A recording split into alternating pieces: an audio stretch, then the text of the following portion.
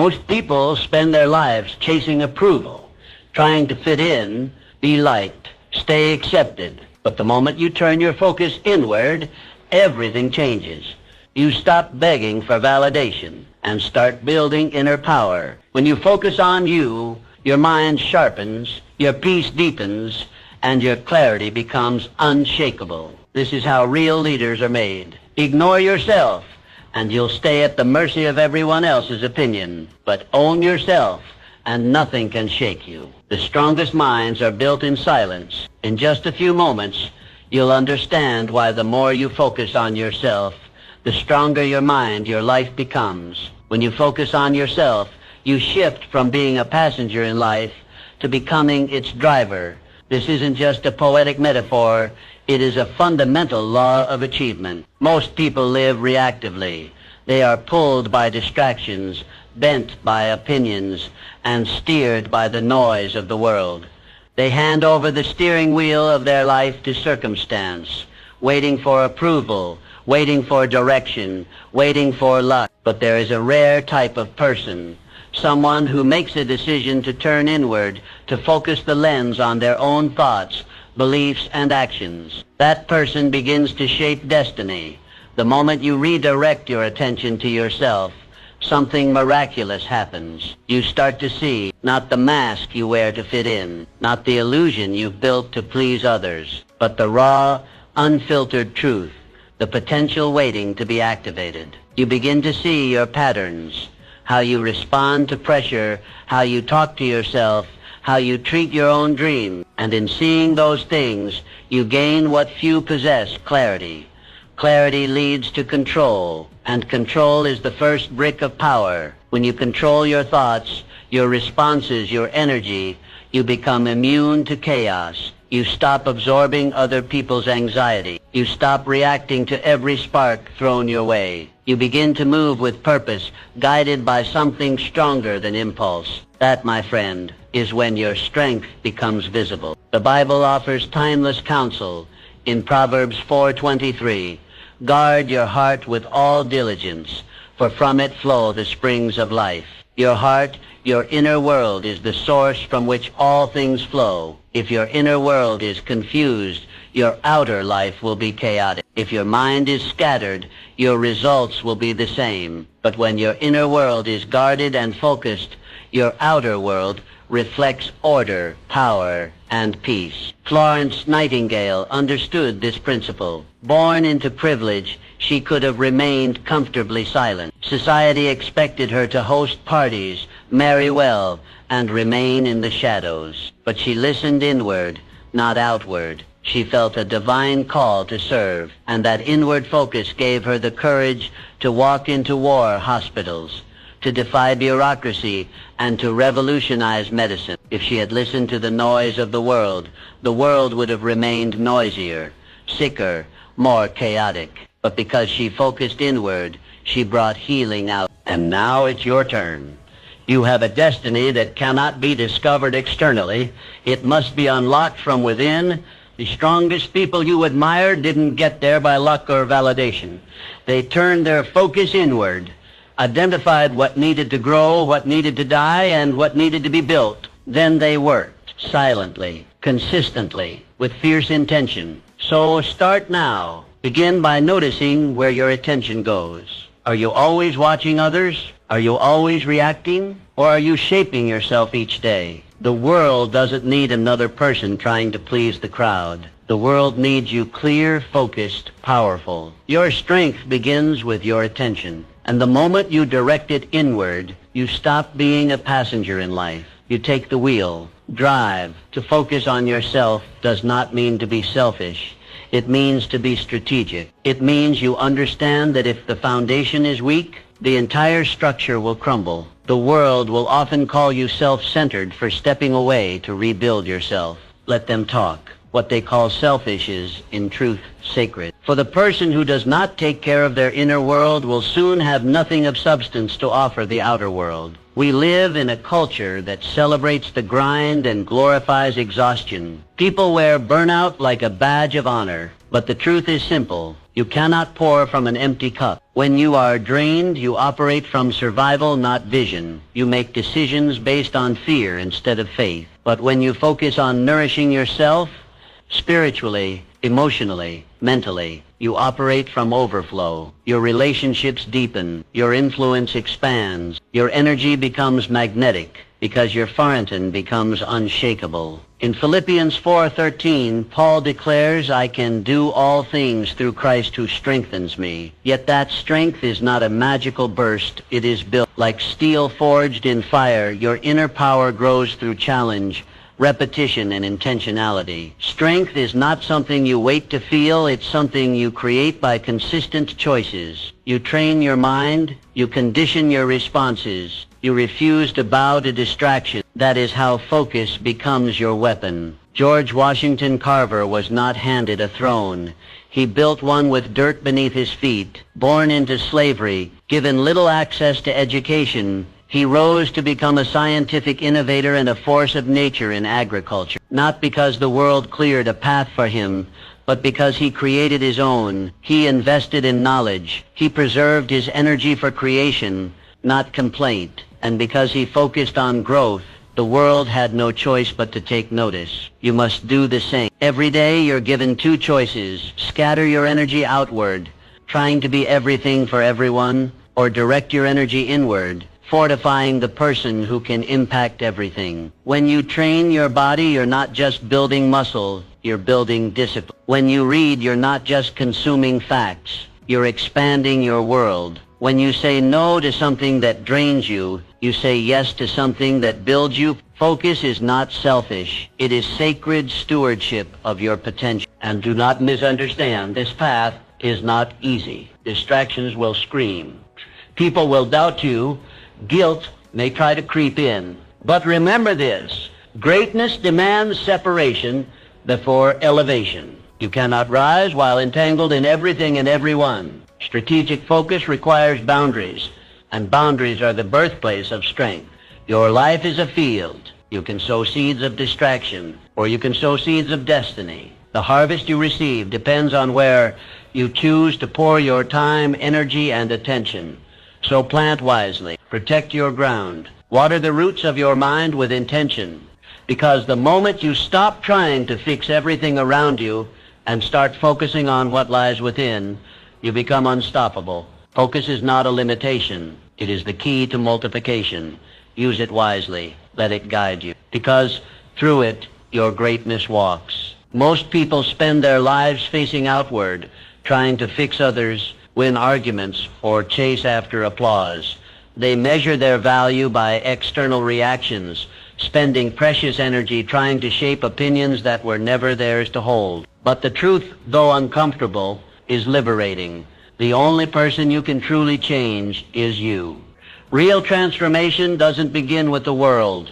It begins with self-mastery. Imagine standing in the middle of a storm. The winds roar. The rain beats down. You cannot silence the thunder or calm the sky, but you can build a ship, one strong enough to carry you through it. That ship is your mind, and the material it is built from, focus, discipline, inner clarity. You cannot control the chaos outside, but you can conquer the chaos within. Romans 12:2 gives us a blueprint. Do not conform to the pattern of this world, but be transformed by the renewing of your mind. The world's pattern says, react, retaliate, respond to noise with more noise. But transformation demands that you renew daily, intentionally, persistently. You do not drift into clarity. You focus into it. Harriet Tubman is a living testimony to the power of internal mastery. She did not ask for permission. She did not wait for applause. She listened inward. She trusted divine whispers more than public opinion. And because she mastered herself,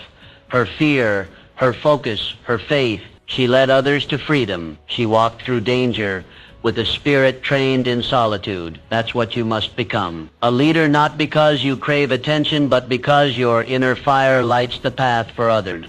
You are not battling the world. You are battling the noise within you, the self-doubt, the fear of rejection, the addiction to praise. You must break those chains, and they are chains. Make no mistake. Distraction tells you to scroll instead of study. Doubt tells you to quit before you begin. Validation tells you to shrink your voice until others approve. But focus tells a different story. Focus whispers, go inward. Focus invites you to silence the outer world so you can strengthen your inner one. And here's the beautiful result. When you master yourself, you move differently. You walk into rooms with an energy that shifts the atmosphere, not because you're loud, but because you're anchored. You carry storms inside you, and you calm everyone else's. You don't chase peace, you bring it. You don't seek clarity, you are it. This is what focus produces. It gives you dominion not over others, but over the only battlefield that matters, your own mind. And from that dominion, you gain the power to influence, not through force, but through presence, not through noise, but through alignment. So stop exhausting your life trying to change what is not yours to change. Withdraw your energy from criticism, comparison, and chaos, and reinvest it into mastery. Learn your patterns, study your thoughts, rewrite your beliefs, because the higher version of you isn't out there. It's already inside you, waiting to be disciplined, directed, and deployed. Let your mind become the ship that sails steady through every storm. Let focus be your compass, and let transformation begin. Not someday, but today. Every time you choose discipline over comfort, you cast a vote for your future self. It doesn't have to be grand or dramatic. It's the quiet decisions, the 5 a.m. wake up, the salad instead of sugar, the extra hour studying while others sleep, that forge the life you desire. Discipline is not a punishment. It's a passport. Every small act of discipline lays a brick. And while the world may not see what you're building, heaven does. More importantly, you do. The structure is invisible at first, but the stronger it grows, the more unshakable you become. Comfort is seductive. It tells you rest now, skip today, just this once. But the price of comfort today is regret tomorrow. You must build with intention, and when the temptation comes to take the easy path, remember, you're not building for now, you're building for what's next. Your future self is counting on you. Matthew 7:24 speaks of the wise man who built his house upon the rock.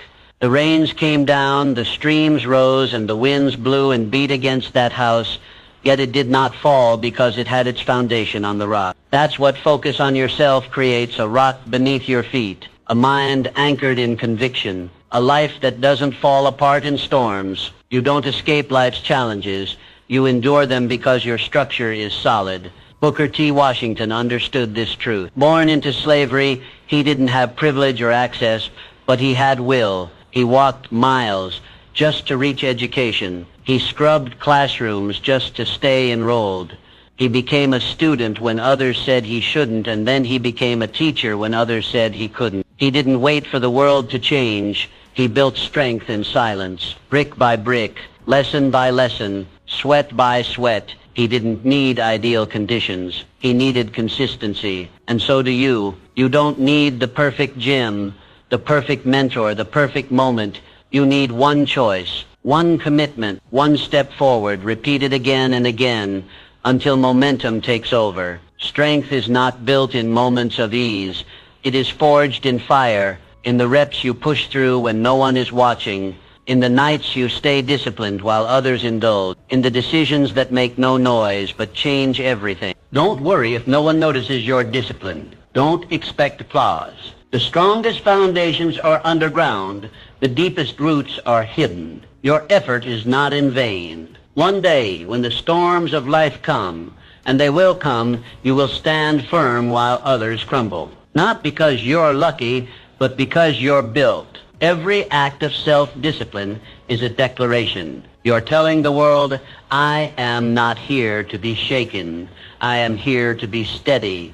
You're declaring war on weakness.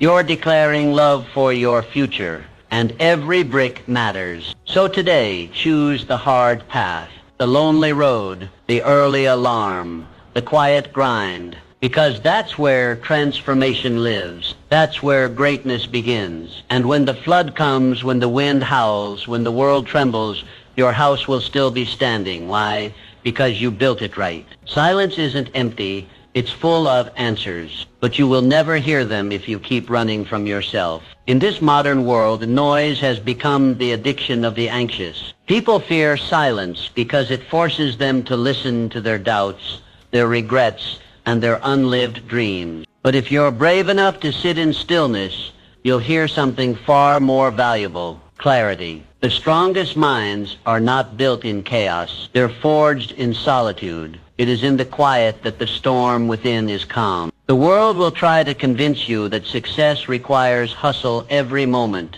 that movement equals progress. But true elevation begins when you learn to pause, not to numb, but to be still and aware. Isaiah 30:15 says, "In quietness and in trust shall be your strength," not in volume, not in speed, in quietness. When you spend time alone, truly alone, you come face to face with the unfiltered truth of who you are. And that moment, though uncomfortable, is the birthplace of growth. Your fears rise, your insecurities echo, but so do your dreams, your values, your purpose. Silence becomes the mirror, and if you dare to look, you'll see the next version of yourself, waiting to be born. Nikola Tesla understood this. While others chased applause, he embraced solitude. Hours, sometimes days, spent in mental silence. He built worlds in his imagination. He didn't just invent machines. He saw them before they were real. His solitude was not a weakness. It was his superpower. Because he learned what most people never discover. Solitude is a portal to genius. But you don't need to be an inventor to practice this power. You just need courage. The courage to turn off the noise, to shut down the notifications, to walk into a room without music, without messages, just you and your mind. And then listen, not with fear, but with faith. Trust that what you hear in the silence is exactly what you need. We live in a society that celebrates busyness, the calendar full of appointments, the inbox flooded with requests, the mind always on. But that isn't strength, that's survival. And you were not born to survive, you were born to create, to lead. And leaders must retreat before they advance. They must listen before they speak. They must know themselves before they guide others. So make it a habit, a daily ritual. Even 5 minutes of stillness can alter your trajectory. Sit with your thoughts, ask yourself real questions. What am I avoiding? What am I chasing? Who am I becoming? You don't need the world's opinion, you need your own awareness. Because the stronger your relationship with yourself, the less you need from the world. You stop begging for validation. You stop bending for approval. You become grounded, not in noise, but in knowing. And that, my friend, is where true freedom begins. When you can be alone with yourself and feel complete. When silence becomes sanctuary, not punishment. That's when your power multiplies. Stillness is not the absence of movement. It is the presence of purpose. Embrace it. And watch your mind grow stronger than ever before. When your focus is fractured, your life becomes scattered. Tasks go unfinished. Dreams stay on paper. Energy gets drained in 10 different directions, and none of them lead anywhere meaningful. It's like pouring water into 10 cups and watching them all stay empty. But when your focus becomes singular, when it is aimed at growth, aimed at mastery, aimed at one meaningful pursuit, momentum builds. And with momentum, power is inevitable, like a river carving a canyon. Consistency in one direction transforms everything. It doesn't happen overnight, but it does happen. The river isn't fast, but it is relentless. And that is what separates the average from the exceptional. Most people dabble. They try a little of this, a little of that. They start businesses, then abandon them. Set goals, then forget them. Begin disciplines, then drop them. The result? A life filled with fragments. Pieces of potential scattered across time. But power is found in completion, not in starting, but in finishing. Not in curiosity, but in commitment. James 1:8 gives us a warning. A double-minded man is unstable in all his ways. The unstable man is not evil. He's simply unfocused. He says yes to too much. He pivots too soon. He abandons the hard path for the easy one. And so his life never stabilizes. Focus brings order. Focus builds strength. When you pick one goal, just one, and chase it with intention, the universe starts to respond. Doors open, resources appear, people take you seriously. Not because you're lucky, but because you're clear. You're not sending mixed signals. You've declared your direction, and direction creates alignment. Thomas Edison didn't revolutionize the world by being interested in everything. He chose one obsession, innovation, and gave it his full attention. Thousands of experiments, countless failure. But because he stayed the course, he didn't just invent the light bulb. He lit the world. That kind of impact isn't reserved for geniuses. It's reserved for the focused. What if you stopped switching paths every time it got difficult? What if you stayed long enough to get good? Long enough for your roots to grow deep and your name to carry weight? Most people never tap into their potential because they move too much. The moment pressure shows up, they pivot, but mastery lives on the other side of perseverance. So I ask you, what is your one thing? What's the one pursuit that sets your soul on fire? Choose it. Write it down. Then eliminate everything else that doesn't align with it. Cut the distractions. Say no to noise. Invest fully in the path you've chosen. This is what it means to focus on yourself. Not in a scattered way, but in a strategic one. Every day, pour your energy into your mission. Every action should echo your objective. And when doubt comes, return to your decision. You chose this, you're building this, you're finishing this. Because when you focus on yourself with intensity, you move from chaos to clarity. And clarity is more than peace. It's power. It's the soil where results grow, where confidence builds, where transformation begins. Choose your target. Lock in. Stay steady. And watch the world begin to move in your favor. You must learn to protect your focus like a fortress, not with walls of anger or defensiveness, but with discipline, clarity, and unwavering standards. Your attention is your most valuable currency, and not everyone deserves to spend it. Each day, the world will throw demands your way, messages to respond to, arguments to settle, distractions to chase. But here's the truth. You don't owe your energy to everything that calls for it. You are building something sacred, your mindset, your future, your destiny. And when you are in the construction phase, the worst thing you can do is entertain the noise. Every distraction pulls bricks out of the foundation you're trying to lay. And too many lost bricks, the entire structure crumbles. Nehemiah 6:3 reveals the mindset of a man locked into purpose. He said, I am doing a great work, so I cannot come down. That single sentence is a shield. He was building the walls of Jerusalem, surrounded by enemies who tried to distract, derail, and discourage him. But he didn't debate. He didn't defend. He simply stayed focused. That's the energy you need. You are doing a great work. Maybe your great work is healing. Maybe it's launching a dream. Maybe it's becoming someone your family can depend on. Whatever it is, don't come down. Don't lower your energy to match the chaos around you. Don't dilute your purpose to win approval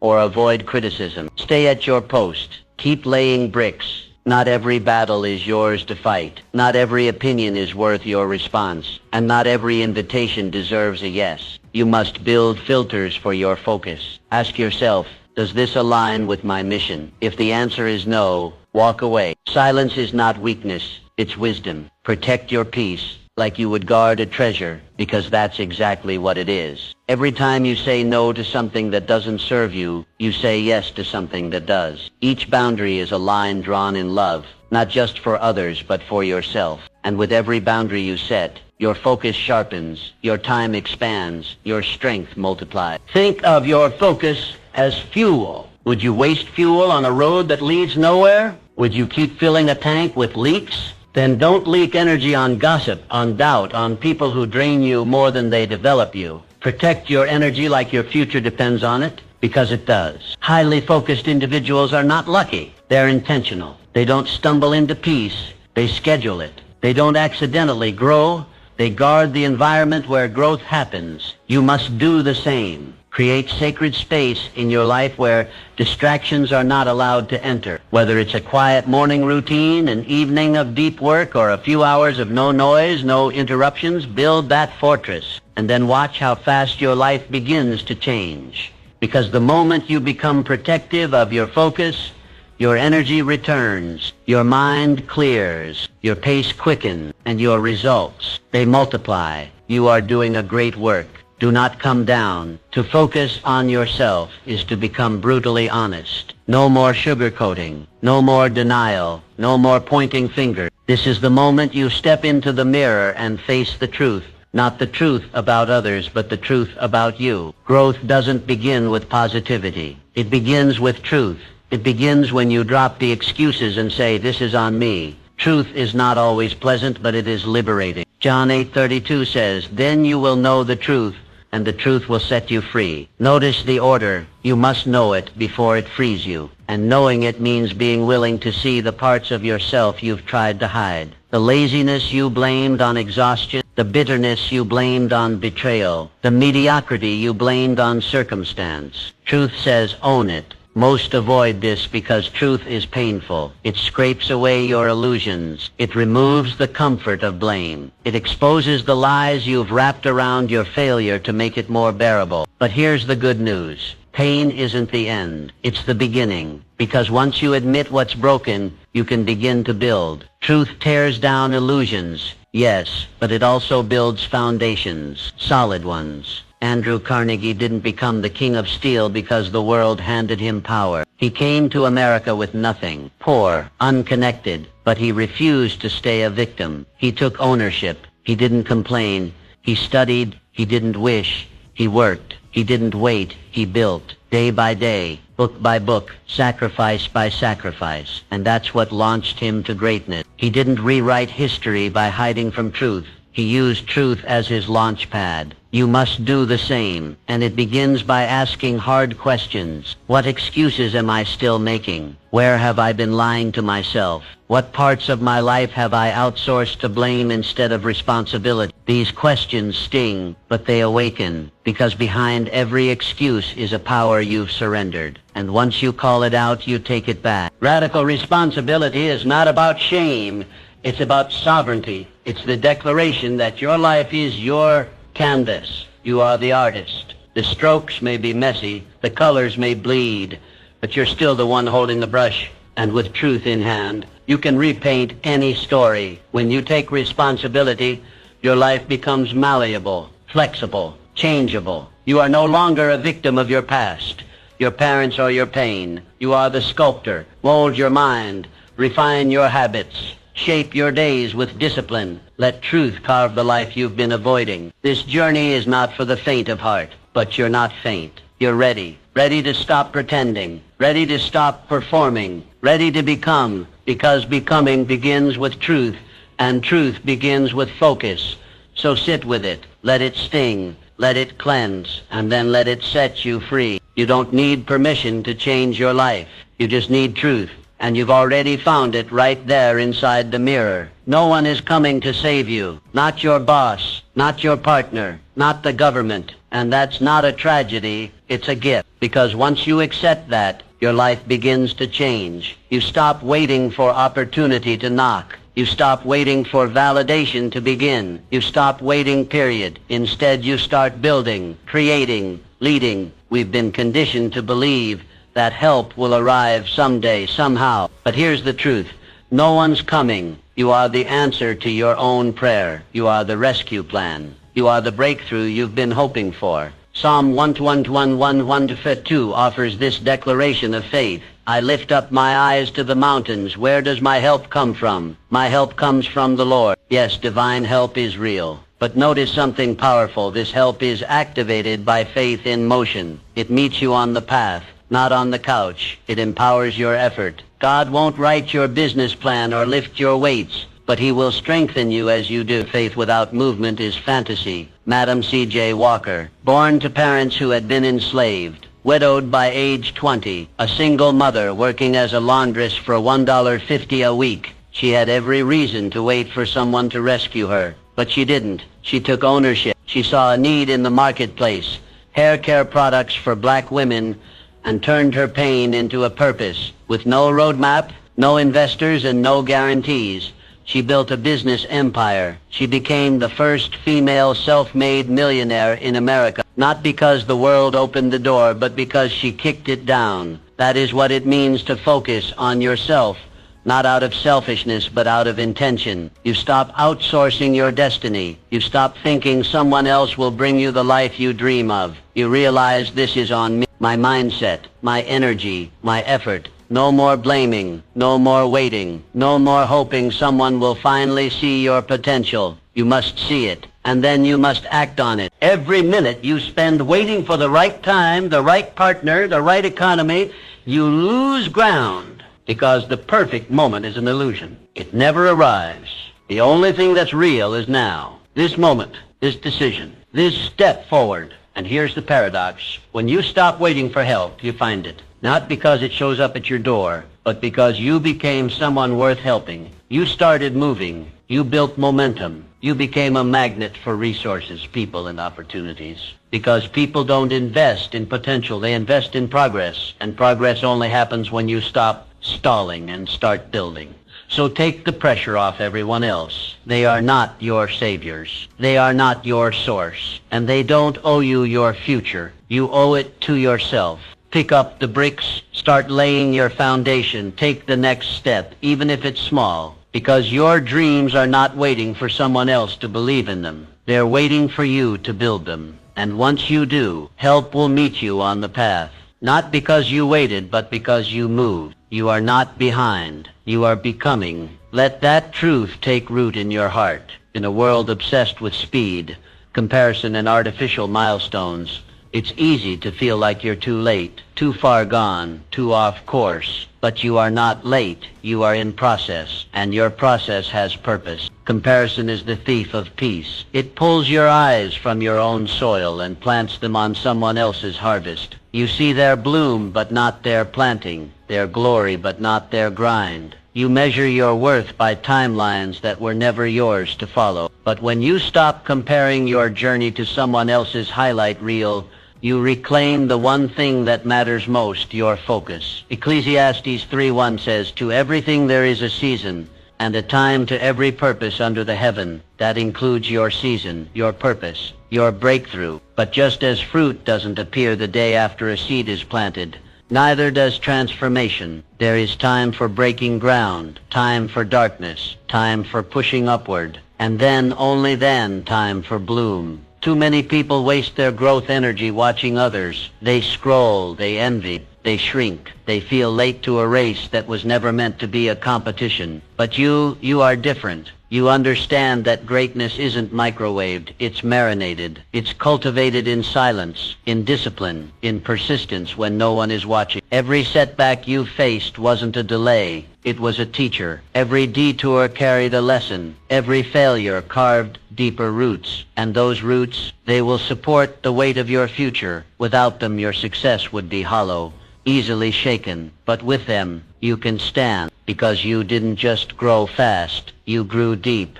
So stay planted. Stop trying to jump timelines. Stop uprooting your progress to compare it with someone else's. Water your own vision. Feed it with truth. Protect it from doubt. Give it light through hope and action, and trust the process, because the process isn't punishing you, it's preparing you. When you focus on yourself, not out of ego, but out of commitment, you begin to see progress. Not always dramatic, not always obvious, but always real. Day by day you rise. Inch by inch you improve. The seed doesn't question the soil. It just pushes through. So must you. And then one day, without fanfare, you will look around and realize you didn't bloom because you chased applause. You bloomed because you trusted the process, because you stayed when others quit, because you believed when it was hard. And that kind of bloom, it doesn't fade, it multiplies. So no, you are not behind. You are blooming in perfect timing, in divine alignment. Your only job now is to stay focused on your own ground, to water your soul with discipline, to shield your dreams from comparison, and to trust that what you're building, though unseen, is unfolding exactly as it should. Because when you focus on yourself, you don't just grow, you blossom. Strength begins the moment you decide to stop waiting and start moving. The world conditions you to believe in perfect timing, as if success depends on planets aligning, inspiration striking, or someone finally giving you permission. But the truth is this: perfection is a myth, and waiting is a trap. There will never be a perfect mood, day, or set of circumstances. The people who win in life are not those who feel ready, but those who act anyway. They don't wait for clarity, they create it through motion.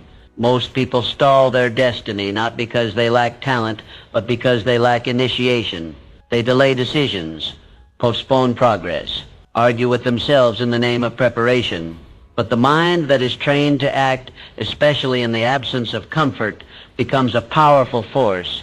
It becomes a mind that doesn't beg for permission. It leads. Proverbs 13:4 declares, "The soul of the sluggard craves and gets nothing, while the soul of the diligent is richly supplied." Craving without action is just a dream slowly rotting into regret. But diligence gets results. Diligence multiplies what motivation only promises. You don't build a strong mind by thinking about it. You build it by commanding yourself to move, even when it's hard, especially when it's hard.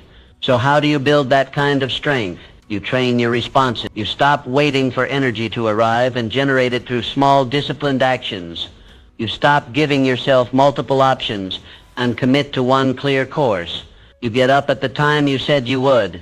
You show up to the task whether you feel inspired or not. You stop negotiating with laziness, and instead you lead yourself like a general leading an army. Elizabeth Blackwell. She was rejected from every medical school she applied to, mocked even after acceptance, and constantly reminded that medicine was not a woman's field. But she didn't let those voices override the voice within. She didn't wait for the world to approve of her mission. She prepared, applied again, and faced down adversity. In doing so, she became the first woman to earn a medical degree in the United States and opened the door for thousands of others. She didn't act because she felt brave every day. She acted because she believed her mission mattered more than her mood. And that's the difference.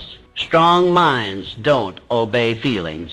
They obey purpose. The more you move, the more momentum follows. The more you take action, the more energy flows into your body. Waiting drains. Movement fuels. So stop stalling. Stop rationalizing delay. There is no ideal moment coming in the future. There is only now. And now is powerful when met with intention. Your future is not waiting for motivation. It's waiting for you to put your foot down and start. Command yourself. Lead yourself. Move your feet.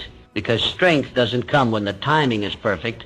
It comes when your discipline becomes louder than your doubt. Your strongest mindset begins the moment you do. So begin. Focus on yourself by creating standards that refuse to shrink for convenience. This world is full of shortcuts, loopholes, and easy outs, and every one of them is a trap. The moment you start adjusting your standards to accommodate comfort, you begin a silent negotiation with mediocrity. And mediocrity, once allowed through the door, doesn't leave quietly. It takes over. The strength of your mind is directly tied to the strength of the line you draw and how fiercely you protect it. You cannot build a sharp mind with dull commitment. The standard you set in private becomes the results you show in public. And the greatest threat to your success isn't failure, it's compromise. It's the little voice that says, just this once, or no one will notice. But you will notice, and your inner integrity will begin to erode. One skipped discipline becomes a pattern. One broken promise becomes a mindset. Excellence doesn't die in one day. It bleeds out through lowered standards. Colossians 3:23 gives you a blueprint. Whatever you do, work heartily, as for the Lord and not for men. That's the formula for greatness. Not for attention, not for praise, but for purpose. You show up every day with your full effort, not because someone is watching, but because you are watching. You work like it matters because it does. Strong minds are not built by lowering the bar to meet your mood. They are forged by raising it and then rising to meet it every day, especially on the days when it would be easier not to. Strength comes from showing up when it's hard, staying committed when it's boring, and pushing forward when others quit. Discipline isn't about motivation, it's about alignment. Your daily effort must reflect the destiny you claim to want. Sojourner Truth, born into slavery, denied education, treated as less than human, but she refused to accept silence as her final chapter. She learned to read. She found her voice. She spoke truth in courts, in churches, in crowds, not because the world gave her permission, but because she gave herself a standard, and she refused to shrink. Her life was not easy. Her path was not straight, but her standards were unshakable. She did not bend to fear. She rose in power, and generations were changed because of it. You must do the same. Set a standard so high that it intimidates your comfort, one that demands your best, even in private, one that holds you accountable when no one else is watching. Your future doesn't need more excuses. It needs structure. It needs values. It needs non-negotiables. So hold the line. When others slack, stay sharp. When others drift, stay rooted. When the world says lower your bar, raise it higher, because the ones who refuse to shrink become the ones who lead. And if you can stay faithful to the standard, even when the reward is invisible, you'll find yourself standing tall when others fall. Excellence isn't earned in public. It's built in secret, brick by brick, choice by choice. So choose today, who are you becoming? Then match your effort to your answer every single day. Self-focus becomes strength the moment you learn to speak to yourself with the authority of a leader. Your life rises or falls based on the tone of your inner voice. Most people speak to themselves in whispers of doubt, complaint, and insecurity, and then they wonder why their lives feel small, chaotic, or powerless. But when your self-talk shifts from fear to faith, everything begins to change. The voice you use with yourself matters more than the voices you hear from others. Why? Because no one talks to you more than you. You are the most consistent speaker in your life.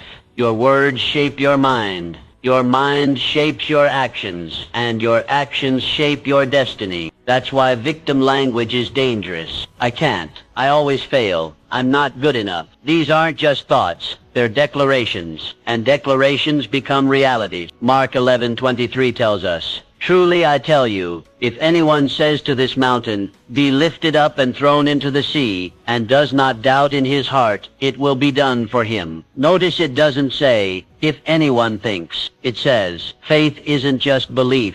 It's speech. You must speak your power. You must declare your direction. You must command your focus. Self-focus doesn't stop at awareness. It evolves into articulation. You begin each day not asking, "What do I feel like doing?" but declaring, "This is who I am. This is where I'm going." You command your morning with purpose. You speak discipline into your body. You speak vision into your spirit. Your internal dialogue becomes a strategic weapon. Ida B. Wells lived this power at a time when silence was safer and apathy was easier. She chose voice. She investigated injustice. She wrote boldly. She stood in rooms where women weren't invited and spoke with fire, not because the world welcomed her, but because she refused to silence herself. Her words moved mountains. They changed laws. They awakened consciences. But before she spoke to the world, she had to first speak truth to herself. That's where all transformation begins. So what are you saying to yourself? Are your words building strength or sowing self-doubt? Are you rehearsing problems or declaring purpose? Your inner dialogue is either a cage or a key, and you hold it. To train your voice is to train your identity. Speak as the person you are becoming, not the person you've been. Talk to yourself like a leader would, firm but kind, clear but visionary. Never passive, never pitiful. Command your thoughts like they are soldiers, because they are. And here's the secret. When you declare something with enough consistency, your spirit begins to obey. Your body aligns, your choices follow, your mind stops resisting and starts reinforcing. Action flows from affirmation. Speak excellence. Speak boldness. Speak integrity. Say what you seek, and then step into it. Because your voice isn't just for others, it's for you. It's the steering wheel of your focus, the volume knob of your belief, and the echo chamber of your destiny. Lead yourself with words that lift. Start speaking like the champion you were born to become. Focusing on yourself means forgiving yourself. This isn't weakness, it's wisdom. Because until you release what's behind you, you'll never reach what's ahead. So many are not stuck because of a lack of talent, but because they're tangled in their own past. Not moving forward because they haven't let go. Shame doesn't just haunt you, it halts you. It freezes the potential that's trying to rise in you. Regret replays, guilt repeats, and every time you relive the mistake, you reinforce its weight. But the truth is this: you are not your past decision. You are your next decision. And the faster you accept that, the freer your mind becomes. You cannot lead yourself with chains on your feet. You must break them. 1 John 1:9 offers divine clarity. If we confess our sins, He is faithful and just to forgive us. That's not a maybe. That's a promise. Grace isn't earned, it's accepted. And once accepted, it's meant to empower, not enable guilt. Forgiveness isn't forgetting, it's releasing. Releasing the need to punish yourself. Releasing the habit of replaying failure. Releasing the belief that you are less because of what you did. The strongest minds are not those who have never failed, but those who no longer live in the failure. Those who have chosen to learn from it, grow through it, and rise beyond it. You cannot build your future in the ruins of yesterday. That's why self-forgiveness is not optional. It's foundational. Clara Barton, founder of the Red Cross, when reminded of someone who had wronged her deeply, she famously responded, "I distinctly remember forgetting that." She made a decision, not to erase the past, but to stop reliving it. She didn't let criticism reroute her mission. She stayed focused, and because of that, she changed the world. Imagine if she had chosen shame instead of strength, silence instead of service. We would have lost a legacy. You must do the same. Stop keeping records of your mistakes like trophies. Stop making your past the anchor to your present. You are not your worst moment. You are what you do next. That's where your power lives. To forgive yourself is to lead yourself. It's to say, yes, I fell, but I've also risen. It's choosing to put your energy into correction, not condemnation. Learn from it, apologize if needed, repent with sincerity, and then release it. There is no growth in guilt. There is only stagnation. And understand this: the faster your mind lets go, the stronger it becomes. The longer you carry what no longer serves you, the more it weighs you down. Mental strength is not just about endurance. It's about release, about knowing when to drop the baggage and move. You can't build the future you desire while living in yesterday's ruins. You were never meant to stay in your lowest chapter. You were meant to rise, to rebuild, to rewrite. And to do that, you must forgive. Speak grace to yourself. Lead yourself with mercy. And when the voice of shame whispers, remind it, that's not who I am anymore. Because the moment you release what's behind you, your future opens wide before you. And you, my friend, are finally free to walk into it. A focused mind does not beg for clarity. It builds it through vision. You don't wait to see where life takes you. You decide where you're going. Without vision, you become a drifter. You move through life responding to noise instead of purpose. You follow whoever shouts the loudest. But true strength, true focus comes when you choose a direction and commit to it with everything you have. Vision is not about what you see with your eyes. It's what you see within. And once that picture is clear, everything else begins to align. Your energy follows it. Your habits bend toward it. Your time gets reorganized by it. The clearer the vision, the fewer the distractions. When you know where you're going, detours lose their appeal. Habakkuk 2:2 gives a timeless instruction. Write the vision, make it plain, so he may run who reads it. Vision activates movement. You don't need more motivation. You need direction. And once direction is clear, movement becomes natural. But clarity isn't a gift. It's a decision. You build it by asking the right questions. What do I want to create? Who do I want to become? What does success look like for me? The process begins by naming your vision. Define it. Don't just say, I want more. More of what? Don't just say, I want success. What does that mean to you? Be specific. Paint it in color. Put it in writing. Then read it every day until it becomes your compass. Because a clear vision is a steady rudder in every storm. Mary McLeod Bethune. She started with $1.50 and a dream that others laughed at. A school for young black girls at a time when society said they didn't need one. But she saw what wasn't visible. She believed in what wasn't yet real. And because she held on to that vision, she didn't just open a school. She laid the foundation for what would become a university. Her clarity gave birth to progress. She wasn't led by trends. She was led by vision. That same power lives in you. but it won't activate until you define it. The mind cannot chase a fog. It needs form. Vision gives your mind something to work with. And once it locks in, your habits begin to obey. You wake up with purpose. You move with urgency. You make decisions with confidence because they're filtered through a destination. Without vision, you'll settle for what's convenient. With vision, you fight for what's meaningful. Vision doesn't make the journey easier, but it makes it worth it. It's what keeps you walking when the path gets steep. It's what keeps you focused when the world offers shortcuts.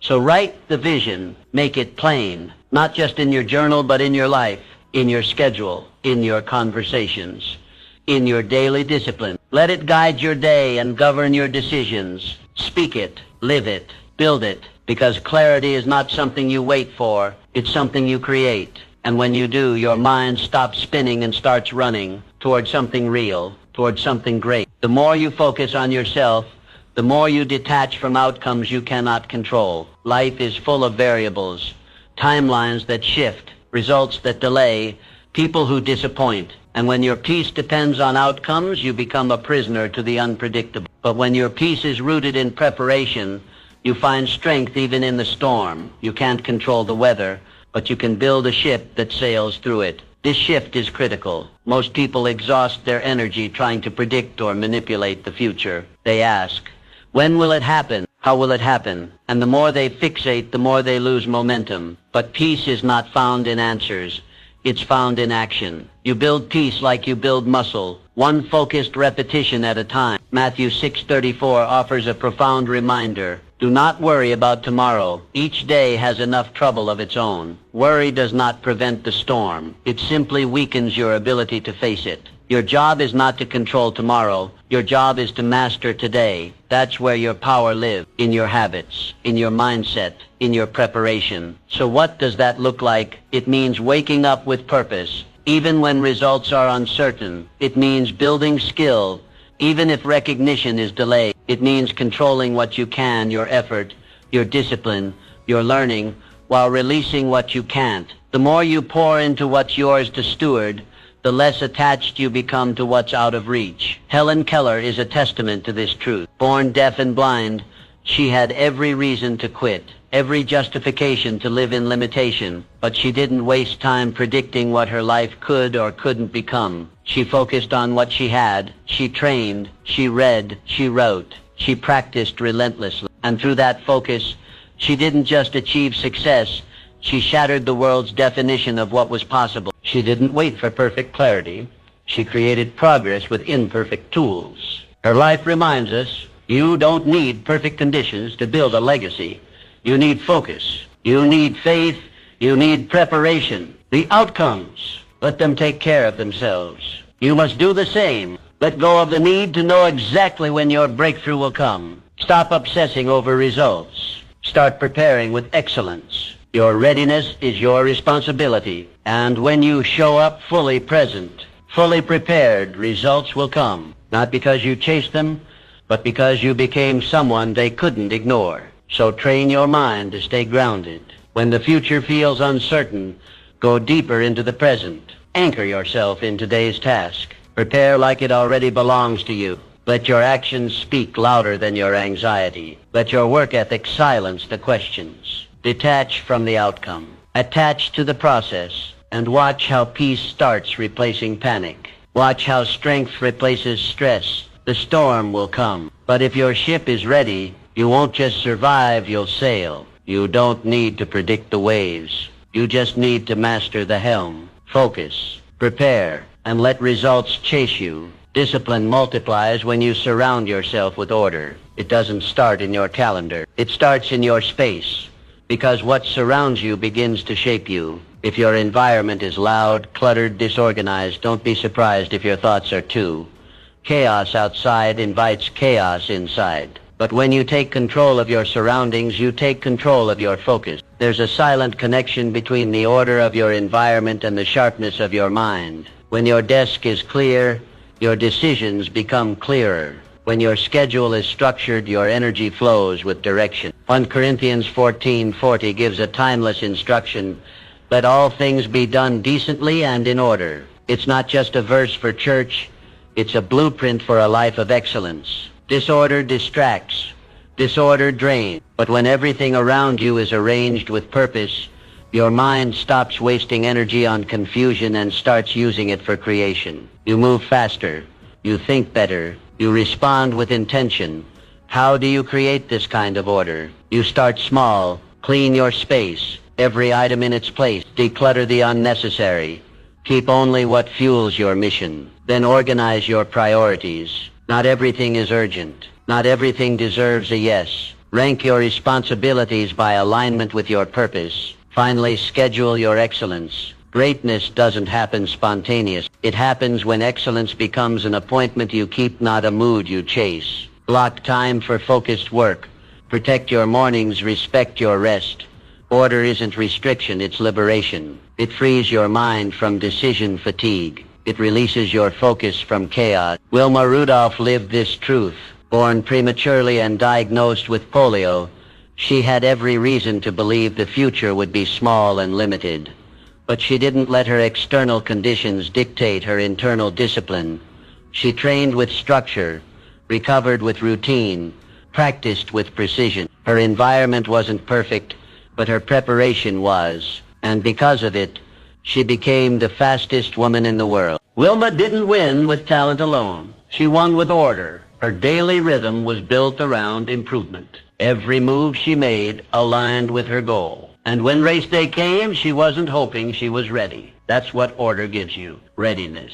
You don't fear the opportunity. You face it with calm confidence. The same is true for you. You may not control every circumstance, but you do control the atmosphere you build around you. You can choose what stays and what goes. You can decide whether your environment lifts your focus or limits it. So, build a space where discipline can breathe, where goals are visible, where energy isn't spent finding things or fixing distractions, but focused on executing your mission. Create surroundings that remind you who you are and where you're going. Because when your world reflects intention, your mind becomes a weapon of purpose. You think with clarity. You move with speed. You act with precision. And you rise because discipline isn't just in your actions. It's in your atmosphere. Clean it. Organize it. Structure it. Then watch how everything around you starts reflecting the power already inside you. Focus on yourself by creating rituals that rewire your identity. The truth is simple and inescapable. You are not your intentions. You are your repetition. Most people try to change their lives by changing their goals. But goals don't shape you. Habits do. Every action you repeat becomes a thread in the fabric of who you are. And over time, those threads form an identity. This is why rituals matter. They aren't just routines. They are statements. Every time you wake up early, every time you crack open a book, every time you pause to reflect, you're declaring, this is who I am becoming. You're training your brain, shaping your character, and setting your standards. What you do daily is what you believe inwardly. And what you believe inwardly becomes the life you live outwardly. Galatians 6:7 reminds us, a man reaps what he sows. It doesn't say wants or wishes. It says sows. That means what you plant through repeated action is what you harvest later. Sow effort, reap strength. Sow discipline, reap mastery. Sow laziness, reap regret. The future is not something you stumble into. It's something you sow into every single day. You don't need more motivation. You need stronger rituals, habits that anchor you in progress, practices that pull you forward when emotions try to pull you back. And these rituals don't have to be dramatic. Small steps done consistently become the staircase to your highest self. Juliette Gordon Low understood this. She didn't wake up extraordinary. She became it. She took a small gathering of girls and transformed it into the Girl Scouts, an organization that has impacted millions. How? Through structure, through rituals of learning, leadership, and service. She sowed vision into the lives of young women through repeated, meaningful action. She didn't just talk about growth. She organized it. You must do the same. Build your day around who you want to become. Wake up early, not to prove a point, but to win the morning. Read deeply, not to pass time, but to sharpen thought. Reflect honestly, not to dwell on failure, but to gather wisdom. These rituals become your rope, and that rope pulls your dreams from the clouds of intention into the soil of reality. When you skip your rituals, you lose traction. You spin in cycles of wishful thinking and self-doubt. But when you stay committed to them, even when it's hard, you build a rhythm of transformation. You no longer ask, how do I change? You become change one action at a time. So write down your rituals, protect them, tie your identity to them, let them be your compass on the days you feel lost. Because when your life is anchored to intentional habits, even your worst day moves you forward. You don't need to be perfect. You need to be consistent. Identity is not found. It's forged through fire, through focus, through ritual. Start planting, start pulling, and soon you'll find yourself becoming the person your dreams have been waiting on. The more you focus inward, the less approval you need outward. This is not arrogance. It's alignment. Because once you know who you are, you stop negotiating your worth in rooms that can't recognize it. Most people dim their light to make others comfortable. They shrink their truth. They mute their voice. But you weren't made to fit the room. You were made to transform it. Seeking validation is one of the greatest traps of potential. It keeps you looking outward when your power lives inward. It makes you a mirror reflecting whatever others project instead of a light source that shines regardless of who's watching. But when you begin to validate yourself, the sting of criticism softens. The pull of applause weakens. You no longer need a crowd to feel confident. You walk in your own certainty. Galatians 1:10 draws a hard line. If I were still trying to please men, I would not be a servant of Christ. That verse isn't just spiritual, it's strategic. You cannot lead your life while constantly adjusting to please others. The path of purpose will always require disappointing some people, but better to disappoint others than to betray yourself. You must build your identity inward, not on compliments, not on someone else's idea of success. Your identity must be rooted in values, forged in solitude, and reaffirmed through consistent action. Because when it comes from within, no outside force can take it away. Frida Kahlo, she lived in a time and body that made expression difficult. Yet she didn't dilute herself. She didn't ask permission to paint her pain or filter her feelings. Her art was her truth, and her truth was non-negotiable. Critics came. Some mocked her, some misunderstood her, but none of that changed the intensity of her fire. She didn't wait to be accepted. She created something the world couldn't ignore. You must do the same. You don't need to become louder, you need to become clearer. Clear on who you are. Clear on what you believe, clear on the life you're building. The more certain you are inside, the less you depend on applause outside. When you validate yourself, everything shifts. Your walk carries authority. Your voice doesn't crack under judgment. Your boundaries become firmer. And you stop apologizing for existing in full color. This doesn't mean you ignore wisdom or feedback. It means you filter it through identity, not insecurity. So how do you start? Begin by reminding yourself daily of what makes you valuable, not because of your achievements, but because of your essence.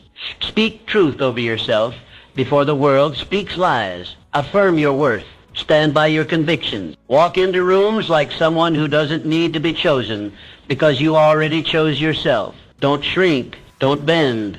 Don't trade your depth for someone's shallow approval. You weren't made to echo the world.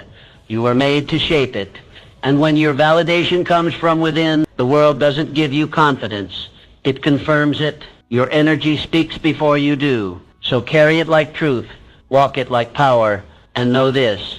The more you focus inward, the more the world starts to reflect who you really are. Focusing on yourself is not a phase. It is a lifestyle. It's not something you do when motivation is high.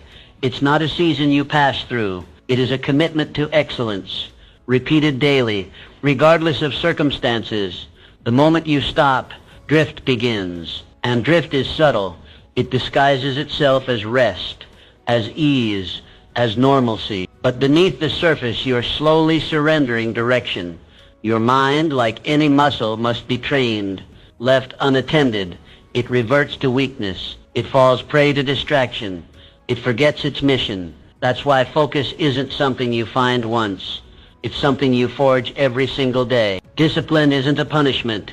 It's protection. It guards your purpose from erosion. Hebrews 12:11 gives us this eternal truth.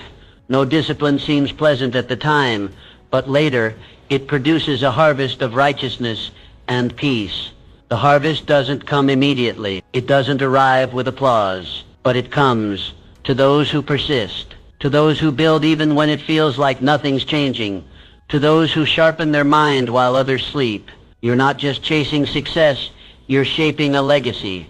And legacy isn't crafted in one grand moment. It's built in the quiet, in the routines, in the daily disciplines that compound over time. The strongest structures don't rise overnight. They are anchored deep, reinforced by habit, and elevated by consistency. Wilbur and Orville Wright are prime examples.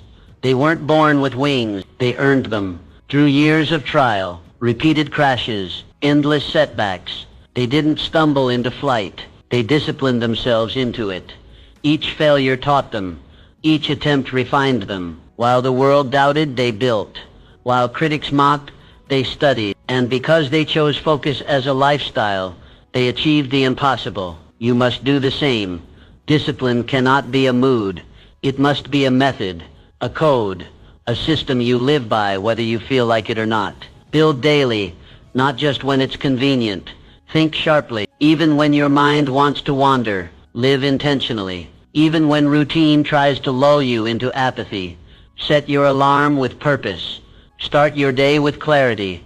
Attack your tasks like they matter because they do. Every choice is a seed. Every action is a brick. And the stronger your focus, the greater the structure you build. Your future doesn't need more intensity. It needs more consistency. The occasional sprint doesn't beat the steady marathoner. Success doesn't ask who ran hardest. It asks who lasted longest. And the ones who last are those who made discipline their companion, not their occasional guest. So keep your eyes on the mission when distraction calls. Remember your vision. When fatigue whispers, remember your why. When temptation offers shortcuts, remember your standard. And never let the noise shake your discipline. The world will try to lure you into passivity, but you weren't made to drift. You were made to drive. Every day, every habit, every mindset adjustment, it all adds up. Focus isn't a tool, it's a lifestyle. Choose it, live it, repeat it, until the future you're building becomes the life you're living.